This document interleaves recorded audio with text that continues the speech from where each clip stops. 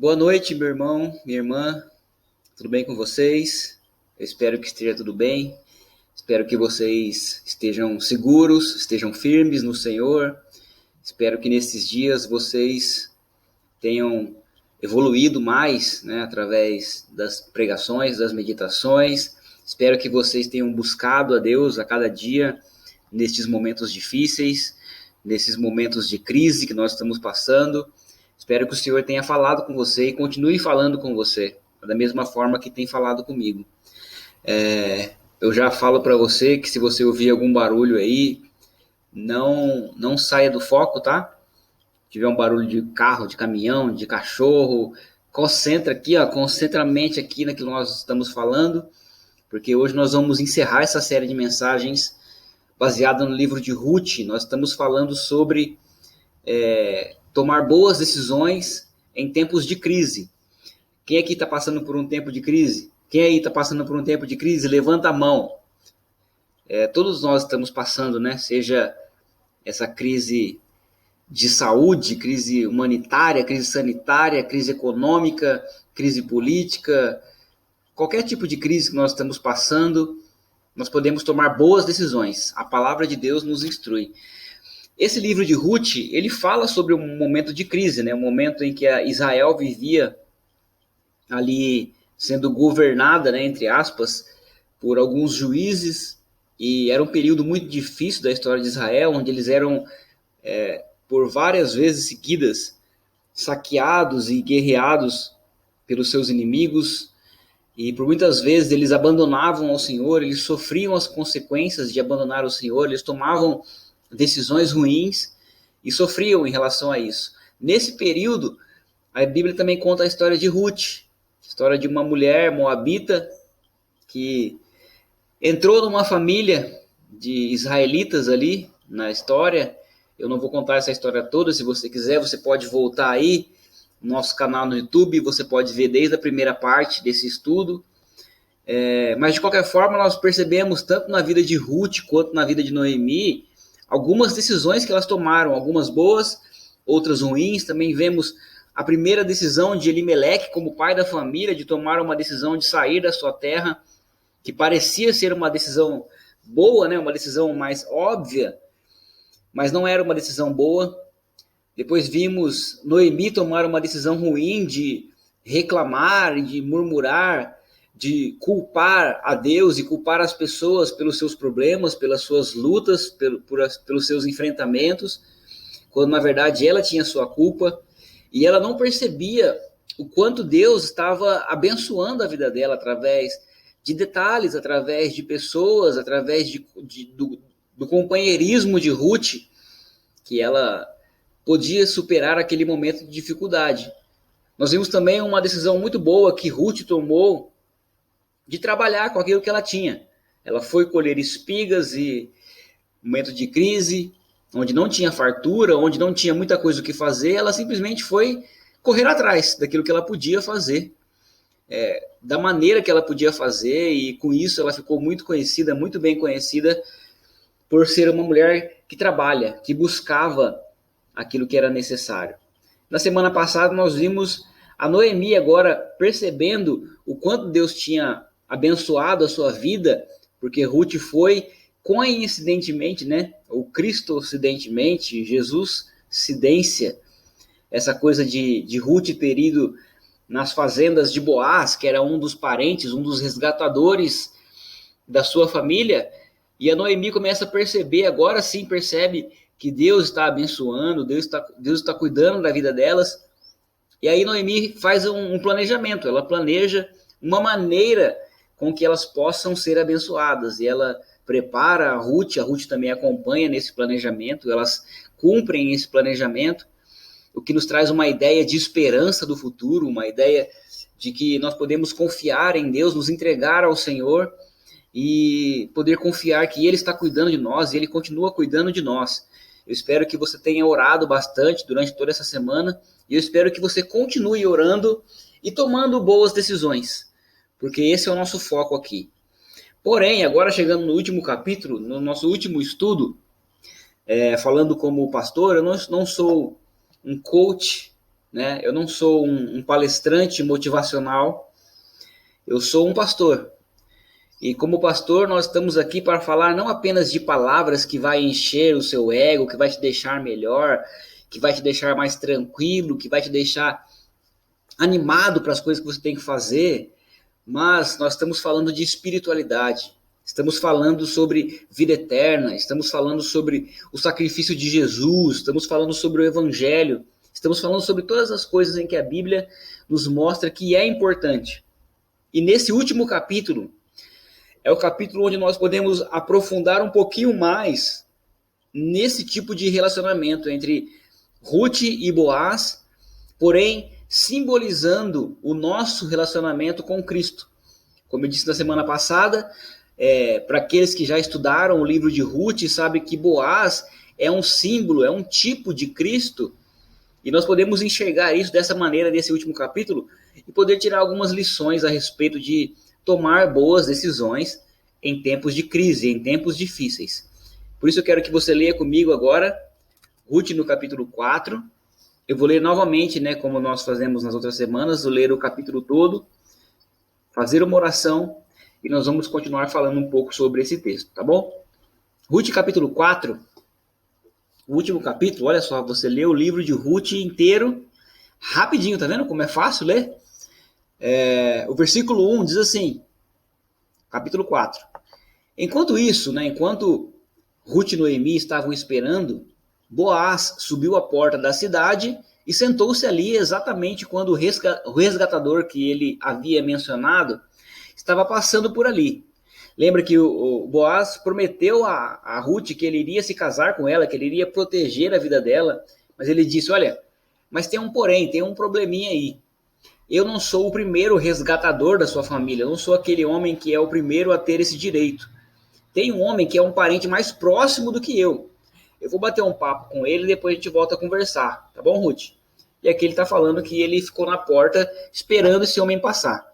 Boaz chamou-lhe e disse, meu amigo, venha cá e sente-se. Ele foi e sentou-se. Boaz reuniu 10 líderes da cidade e disse, sentem-se aqui. E eles se sentaram. Fez uma plateinha ali para ouvir a conversa deles dois.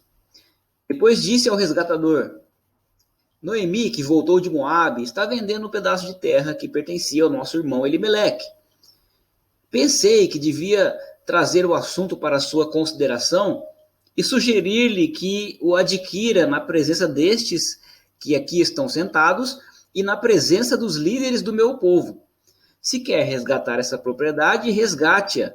Se não, diga-me, para que eu o saiba. Pois ninguém tem esse direito a não ser você e depois eu. Eu a resgatarei, respondeu ele. Boaz, porém, lhe disse, no dia em que você adquirir as terras de Noemi e da Moabita Ruth, estará adquirindo também a viúva do falecido para manter o nome dele em sua herança. Disse isso, o resgatador respondeu, nesse caso não poderei resgatá-la, pois poria em risco a minha propriedade. Resgate-a você mesmo, eu não poderei fazê-lo. Antigamente em Israel, para que o resgate e a transferência de propriedade fossem válidos, a pessoa tirava a sandália e dava ao outro. Assim oficializavam os negócios em Israel. Quando, pois, o resgatador disse a Boaz, adquira a você mesmo, ele também tirou a sandália. Então Boaz anunciou aos líderes e a todo o povo ali presente, vocês hoje são testemunhas de que estou adquirindo de Noemi toda a propriedade de Elimeleque, de Quilom e de Malom. Também estou adquirindo o direito de ter como mulher a moabita Ruth, viúva de Malom, para manter o nome do falecido sobre a sua herança e para que o seu nome não desapareça no meio da família ou dos registros da cidade. Vocês hoje são testemunhas disso. Os líderes e todos os que estavam na porta confirmaram. Somos testemunhas. Faça o Senhor com essa mulher que está entrando em sua família, como fez com Raquel e Lia, que juntas formaram as tribos de Israel. Seja poderoso em Efrata e ganhe fama em Belém. E com os filhos que o Senhor lhe conceder a essa jovem, seja sua filha como a de Pérez, que Tamar deu a Judá. Boaz casou-se com Rute e ela se tornou sua mulher. Boaz a possuiu e o Senhor concedeu que ela engravidasse e desse à luz um filho. As mulheres disseram a Noemi: Louvado seja o Senhor, que hoje não a deixou sem resgatador, que o seu nome seja celebrado em Israel. O menino lhe dará nova vida e a sustentará na velhice, pois é filho de sua nora, que a ama e que lhe é melhor do que 7 filhos. Noemi pôs o menino no colo e passou a cuidar dele. As mulheres da vizinhança celebraram o seu nome e disseram: Noemi tem um filho, e lhe deram o nome de Obed. Este foi o pai de Jessé, pai de Davi. Esta é a história da descendência de Pérez. Pérez gerou Esrom, Esrom gerou Rão, Rão gerou Aminadab, Aminadab gerou Nasson, Nasson gerou Salmão, Salmão gerou Boaz, Boaz gerou Obed, Obed gerou Jessé, e Jessé gerou Davi. Vamos orar mais uma vez? Nós engrandecemos o teu nome, ó Pai. Nós engrandecemos, nós te louvamos, nós queremos exaltar a ti. O Senhor é grandioso, o Senhor é majestoso, é o Senhor quem cuida de nós. É o Senhor quem tem o direito, Pai, sobre todas as coisas, sobre a nossa vida, sobre nossas propriedades, sobre tudo aquilo que nós somos e tudo aquilo que nós temos. E obrigado, Pai, porque é o Senhor. É um Senhor que nos ama, é o Senhor que nos protege, é o Senhor que cuida de nós, é o Senhor que está presente em todos os momentos. Eu te louvo, peço que o Senhor esteja falando conosco mais uma vez. Em nome de Jesus. Amém.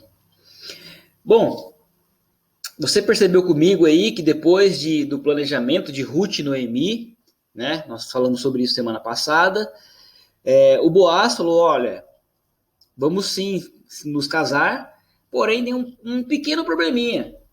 Tem um homem que está à frente de mim nesse direito.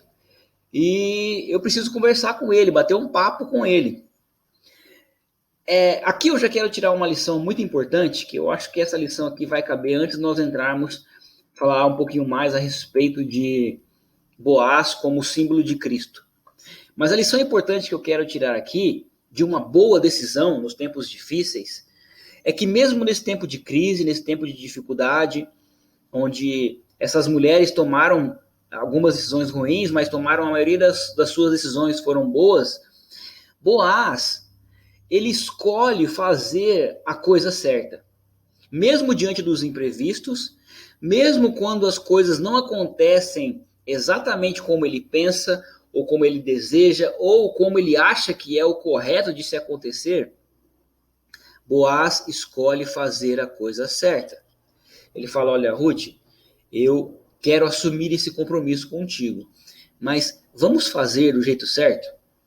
Eu vou lá conversar com esse homem, eu vou acertar todas as coisas corretamente, e aí sim nós podemos ter um relacionamento.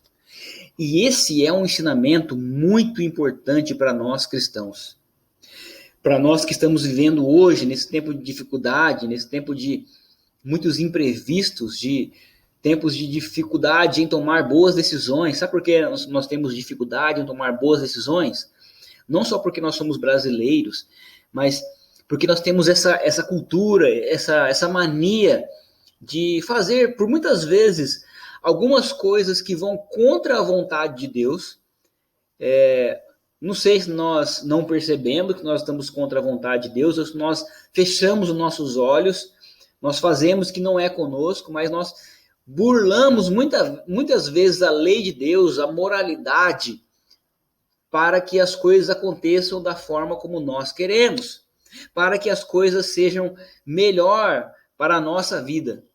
Eu vejo muitos irmãos que se esquecem da vontade de Deus ou fingem que Deus não vai se importar com o seu jeitinho de ganhar dinheiro, para sair por cima, para não sofrer. Nós saímos da lei de Deus, nós não respeitamos a moral, nós fazemos coisas pecaminosas só para aquilo que é para o meu bem, para que eu não possa sofrer. Aí eu abro a empresa de uma maneira ilegal, eu não declaro todas as coisas no imposto de renda, compro coisas falsificadas, e tudo isso com uma desculpa simples. São tempos difíceis, pastor. São tempos de crise. Pastor, eu não tenho dinheiro para fazer as coisas da maneira correta. Pastor, eu tenho que dar um jeito, eu tenho que me virar. E aí eu passo por cima da vontade de Deus. Eu faço as coisas longe da vontade de Deus. Mas Boaz, quando olhou a sua situação, ele poderia muito bem falar assim: Ruth, quer saber? Não conheço esse cara, estou te assumindo aqui, se ele vier, depois a gente conversa, mas vamos assumir esse compromisso aqui, eu quero ficar com você. Mas não foi isso que ele fez. Ele falou assim: vamos fazer do jeito certo? E ele fez do jeito certo. E você, como cristão, será que você tem pensado nas suas escolhas? Será que você tem pensado em não tomar decisões de um jeitinho, em que você sabe que tem um pecado ali, que tem algo que vai contra a vontade de Deus, mas aquilo vai ser, entre aspas, benéfico para você, para a sua saúde financeira, para a sua saúde emocional? Você acha que aquilo vai ser bom para você, vai ser prazeroso para aquele momento, e por muitas vezes nós saímos da vontade de Deus? Pensa um pouquinho sobre isso, sobre fazer as coisas do jeito certo. E aí, o que Boaz fez? No comecinho do capítulo nós vimos que Boaz subiu à porta da cidade e ele sentou ali esperando esse homem passar. E aí ele reuniu 10 líderes da cidade e falou: senta aqui, pessoal, que nós vamos bater um papo e eu vou falar com eles sobre essa minha intenção. E ele fala para o homem, no versículo 4, ele fala: olha, você é o homem que tem o primeiro direito aí de resgatar as terras do nosso parente aí, do Elimeleque. Ninguém tem esse direito a não ser você, depois eu. Se você não quiser, você me fala que eu vou resgatar. O homem olha para o Boaz e fala assim: então eu vou resgatar então. São terras aí, né? Uns terrenos aí que eu tenho que resgatar. Beleza, conta comigo que esse terreno aí é meu. Já aconteceu isso com você? Quando as coisas parecem que estão agora caminhando bem, que elas estão caminhando, parece que no caminho exato que você queria, parece que Deus agora está caminhando, abriu uma porta, escancarou uma porta na sua vida, mas parece que alguém chega e dá um chute na porta e fecha ela de uma vez. Já aconteceu isso com você? Onde tudo parece que agora vai encaixar, mas de repente acontece alguma coisa que não deu certo? Já aconteceu comigo e eu tenho certeza que já aconteceu com você. O mais interessante nesse tipo de situação, nesse tipo de ocasião, é enxergar o caráter de Boaz, a decisão que ele tomou, a maneira como ele sobre conversar a respeito desse tipo de problema. Porque aqui eu já quero enfatizar sobre o símbolo que Boaz tem em relação a Cristo. Eu quero que você faça um comparativo e guarde essas informações sobre como Boaz age e como Cristo age na nossa vida. Olha aqui comigo, no versículo 5, depois que o homem falou assim: então eu vou resgatar então. Aí o Boaz fala assim: Boaz, porém, lhe disse: no dia em que você adquirir as terras de Noemi e da Moabita Ruth, estará adquirindo também a viúva do falecido, ou seja, a Noemi e a Ruth, né? Para manter o nome dele em sua herança. Depois de ouvir isso, depois disso, o resgatador respondeu: então, nesse caso, eu não poderei resgatá-la, porque poria em risco a minha propriedade. Resgate-a você mesmo. Eu não poderei fazê-lo. Por que esse homem respondeu isso? E por que o Boaz agiu com estratégia? Lembra, ó? Planejamento, estratégia. Por que ele agiu com estratégia de falar sobre esse tópico depois de falar sobre as terras? Porque aqui tem uma coisa muito importante.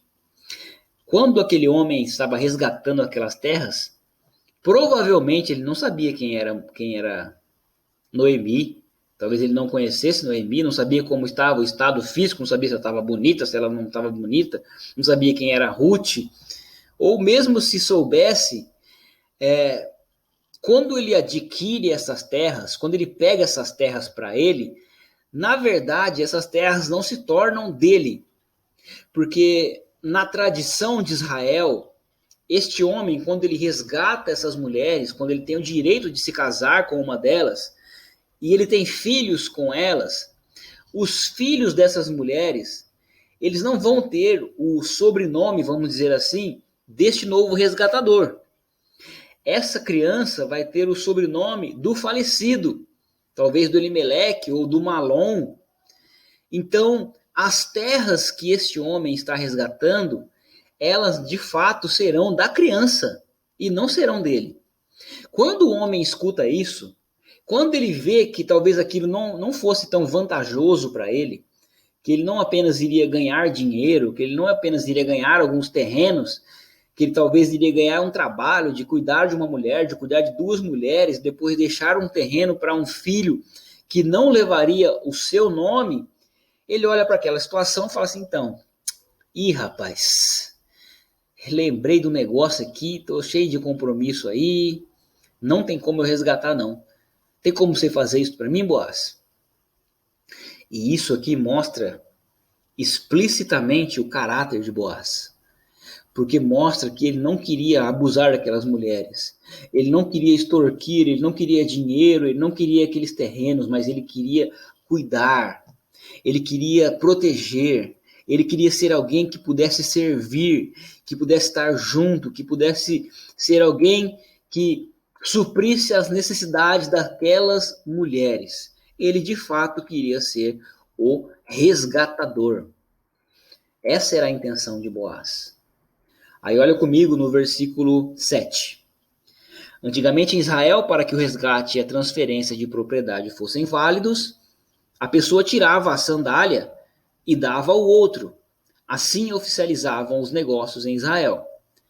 Quando, pois, o resgatador disse a Boaz, adquira a você mesmo, ele também tirou a sandália. Na hora que ele ouviu essa palavra aí, adquira você mesmo, Boaz quase jogou a sandália no peito do cara, arrancou a chinela logo e jogou. Então Boaz anunciou aos líderes e a todo o povo ali presente. Olha, pessoal, agora você percebe que não tem só os líderes, né? Já tem uma multidão vendo aquela conversa ali. E aí o Boaz fala, pessoal, vocês hoje são testemunhas de que eu aqui estou assumindo, ó. Pode jogar no meu peito, é comigo. Eu estou assumindo, adquirindo de Noemi toda a propriedade de Elimeleque, de Quilion e de Malom. Também estou adquirindo o direito de ter como mulher a moabita Ruth, viúva de Malom, para manter o nome do falecido sobre a sua herança e para que o seu nome não desapareça no meio de sua família ou dos registros da cidade. Vocês hoje são testemunhas disso. Esse texto aqui, essa coisa do chinelo, é uma coisa extremamente interessante. Nós temos dois significados muito importantes aqui. Tem um ditado americano que fala, a expressão é nos seus sapatos, né? Você não sabe como é estar nos meus sapatos. E qual que é a ideia disso? Você não sabe como é se passar as situações que eu passo. Você não tem noção sobre aquilo que eu passo. Essa coisa de entregar o chinelo, entregar as sandálias, tem essa coisa de demonstrar, de mostrar, olha, assume você, tá bom? Fica no meu lugar. Eu não tenho a capacidade de ser o resgatador, eu não tenho a capacidade, talvez, financeira, ou capacidade emocional, eu não tenho estrutura para suportar esse tipo de trabalho. Então, fica aqui com as minhas sandálias, assume o meu lugar. Em Deuteronômio, no capítulo 25, se você ler um pouquinho sobre isso, tem uma regra e uma lei em Israel que fala um pouquinho sobre esse costume. É até um texto um pouquinho forte, porque fala no final que aquele que entrega as suas sandálias, depois ele fica conhecido na comunidade ali como o descalçado ou o incapaz, né? Aquele que não é capaz de conseguir suprir ou de conseguir cumprir aquele contrato. Essa é a ideia. Guarda essa informação, porque essa informação é extremamente importante. Depois disso, se você continuar lendo o texto, aqueles homens que olharam e observaram tudo aquilo que Boaz fez e tudo aquilo que ele falou, eles falaram, olha, nós somos testemunhas sim daquilo que você falou, e agora você é o proprietário das terras de Noemi, de Elimeleque, também tem o direito de casar. E digo mais, né, os sábios falando, que Deus abençoe, viu? Deus abençoe essa união aí. E eles começam a abençoar e lembrar de boas histórias de Israel para o filho, o descendente, né, de Boaz. Eles falam, olha, que seja como os filhos de Raquel e de Lia, ou como de Pérez e que ofereceu Judá, lembrando de boas histórias, e mal sabiam eles que o filho deles seria um ascendente direto de Davi e, consequentemente, né, do Senhor Jesus. Mas guardou aquela informação sobre tomar o seu lugar, falando sobre nossa vida, sobre aquilo que nós vivemos, sobre tomar boas decisões. Enquanto nós tomamos boas decisões, enquanto nós escolhemos viver da maneira correta, fazer decisões corretas, viver da maneira correta, há algumas situações em que nós não temos a capacidade de vencer. Por exemplo, o pagamento do pecado. Nós não conseguimos vencer isso, nós não conseguimos ter a capacidade de pagar o pecado. A Bíblia diz que o salário do pecado é a morte. Ou seja, nada que nós façamos vai suprir o pagamento do pecado. Mas da mesma maneira que aquele homem entregou as suas sandálias ao Boaz, da mesma maneira que em Deuteronômio fala, olha, se você não é capaz, se você é o descalçado, se você é o incapaz de assumir esse compromisso, entregue essas sandálias. E o Senhor Jesus, o nosso Senhor, o nosso resgatador, é aquele que toma o nosso lugar. É aquele que faz aquilo que nós somos incapazes de fazer. É aquele que, quando nós tomamos boas escolhas, é aquele que, quando nós nos entregamos a Ele, é aquele que, quando nós tomamos boas decisões, e principalmente a melhor decisão de todas, que eu falei semana passada, que é entregar a sua vida a Jesus, entregar os seus caminhos e se entregar a Jesus. Quando nós tomamos essa decisão, Ele assume a bronca. Ele quem vai cuidar de nós. Ele quem vai ajustar a nossa vida. Ele quem vai nos direcionar. Ele quem vai assumir aquela parte que nós não conseguimos suprir. Se você lembrar da história de Noemi, olha que interessante, você vê no começo do livro ela perdendo o marido, perdendo filhos. Você vê depois ela reclamando e murmurando, tempo difícil, reclamando de Deus. E agora essa mulher observa Deus resgatando toda a sua vida, resgatando de forma econômica, resgatando a sua parte emocional, resgatando a sua família, resgatando a sua feminilidade, resgatando-a como avó agora. Como reclamar de Deus? Como reclamar desse Deus que está sempre suprindo e cuidando e abençoando e tomando o nosso lugar nos momentos mais difíceis e agindo de uma maneira que nós nem sabemos. Lembra que Noemi e Ruth estavam esperando, enquanto no lugar longe era Boaz que estava agindo. Ele não estava de boas, ele estava agindo, ele estava trabalhando. Se tirar Deus da nossa vida, o que nos resta? Se tirar Deus nos nossos momentos de crise, nos nossos momentos de ansiedade, nos nossos momentos de dificuldade, o que nos resta? Só nos resta choro, desespero, medo, angústia, desesperança. A lição principal aqui desse texto, desse capítulo, né, Boaz simbolizando Cristo, é alguém que permite o nosso sustento. É alguém que cuida, é alguém que trabalha para resolver muitos dos nossos problemas que nós não conseguimos resolver. É alguém que promete um bom futuro para nós. É alguém que assume, é alguém que pega as sandálias do incapaz, a responsabilidade de cuidar de nós. É alguém que nos resgata. E a maior decisão que nós podemos tomar nesses dias de crise é confiar em Deus. Meu irmão e minha irmã, o mundo ao nosso redor está caindo. Está um caos, é uma crise atrás da outra. Eu fico impressionado quando olho para as notícias e eu vejo algumas atitudes de corrupção no meio dessa crise absurda que nós estamos passando. Eu vejo pessoas vendendo doses de vacina. Eu vejo uma mulher, eu vi ontem uma mulher que foi presa porque ela estava vendendo doses de vacina. Só que além de vender as doses de vacina, ela não estava vendendo a dose de vacina, ela estava vendendo soro. Então as pessoas estavam tomando soro achando que estava comprando vacina ilegal. Ou seja, É uma ilegalidade atrás da outra ilegalidade, é um pecado sobre outro pecado, e assim caminha a humanidade, nesse caos, nesse desespero, uma crise atrás da outra, o medo toma conta de nós não sabemos muito o que fazer. Então nós podemos tomar boas decisões, podemos ir trabalhar com aquilo que temos, nós podemos esperar, nós podemos planejar, mas acima de tudo, se não houver um Deus olhando por nós, trabalhando por nós, nenhuma decisão nossa será útil. Essa decisão, todas essas decisões serão em vão. Às vezes nós conseguimos suprir algum tempo nossa parte financeira, nosso relacionamento, mas se nós não depositarmos a nossa vida nas mãos do Senhor, nada vai acontecer no final. Nós não vamos tomar a melhor decisão de todas, que é entregar a nossa vida a Jesus, entregar o nosso caminho a Deus e saber que Ele tem o melhor para nós, mesmo no momento de crise, mesmo no momento de dificuldade, mesmo que às vezes as coisas não mudem de uma hora para outra. Mas o que nós podemos fazer, principalmente, é entregar o nosso caminho. Estou falando aqui de fé. Será que nós temos fé o suficiente para isso? E quando eu observo a minha vida, quando eu observo a vida de talvez de muitos irmãos que estão ao nosso redor, nossa fé é tão pequena que nós entregamos nossa vida a Deus, uma parte tão pequena, e nós descabelamos, né? Eu já perdi tudo o meu cabelo já.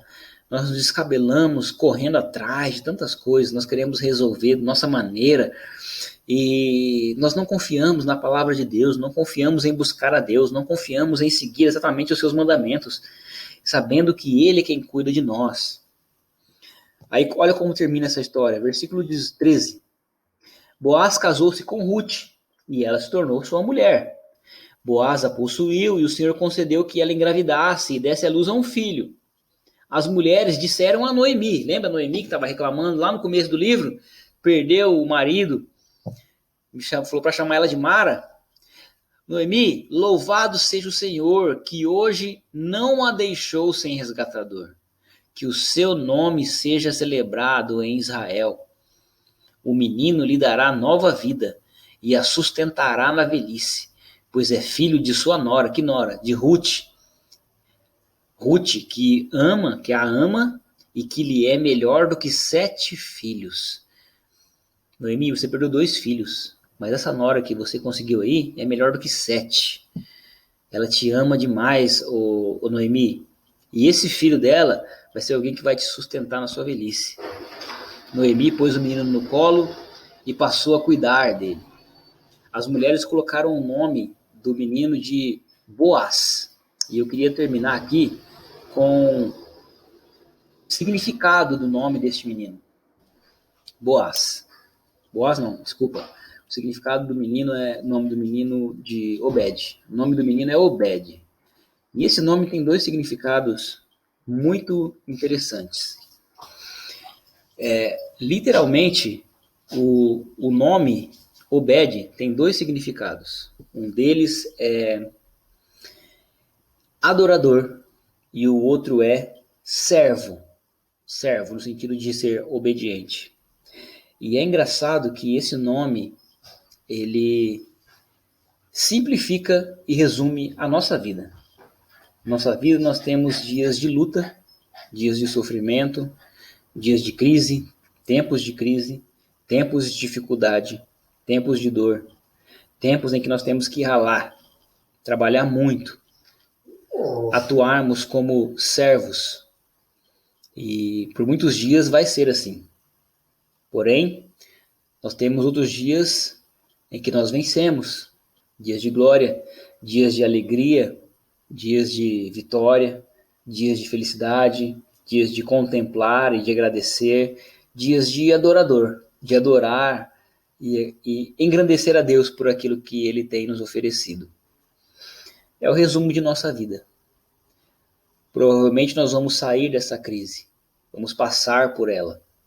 Nós vamos ter um tempo de alegria, um tempo de bonança, um tempo de felicidade, mas quem sabe um imprevisto acontece e nós entramos em outra crise. Quem sabe não é uma crise mundial, mas pode ser uma crise local, pode ser uma crise interna, pode ser uma crise familiar. Mas o resumo de nossa vida é isso.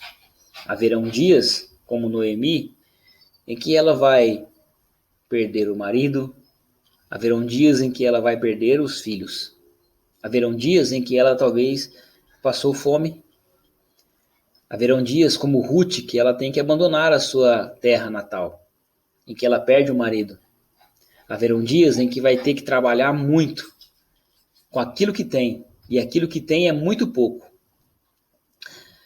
Mas haverão dias de um resgatador, haverão dias de colheita farta, haverão dias em que há um casamento, haverão dias de um nascimento de um filho. Um dia se perde um filho, outro dia se ganha. Um dia se perde um marido, outro dia se ganha um filho. Um dia de pobreza, um dia de riqueza. Mas o mais importante, acima de tudo, é que nos dias de pobreza nós temos Deus. E nos dias de riqueza nós temos Deus. E nós podemos sempre confiar nele, porque ele estará cuidando de nós. Fica essa lição para nós, que possamos continuar a tomar boas decisões, tomar as melhores decisões nos tempos difíceis, nos tempos de crise. E enquanto isso, nós confiamos e esperamos no Senhor, que ele vai nos abençoar. Eu quero fazer mais uma oração, enquanto os meus cachorros estão aqui, me enchendo a paciência. Fazer mais uma oração, pedindo para que Deus possa nos ajudar neste momento a passar por toda essa crise, todo esse tempo de tribulação, e que possamos confiar nele. Então vamos orar? Obrigado, Pai, obrigado porque diante de tudo aquilo que nós estamos passando nesses dias, nós podemos ouvir a sua voz, podemos saber que o Senhor está nos ajudando, Pai, que mesmo quando nós não estamos vendo, o seu trabalho por nós continua. Obrigado pelo sacrifício de Jesus na cruz. Obrigado porque pagou o preço, Pai, que nós não poderíamos pagar. Obrigado porque enquanto o Senhor nos instrui a trabalhar e a manter o nosso sustento com aquilo que nós podemos, sabemos que podemos confiar em Ti, Pai, diante daquilo que nós não podemos fazer nada. Eu peço que neste momento, Pai, de dificuldade sobre aqueles que perderam família, amigos, pessoas próximas, que o Senhor esteja consolando, ajudando. Ajude-nos, Pai, a superar todas essas etapas desses problemas atuais. Que o Senhor esteja com misericórdia, Pai, da nossa nação, do nosso povo.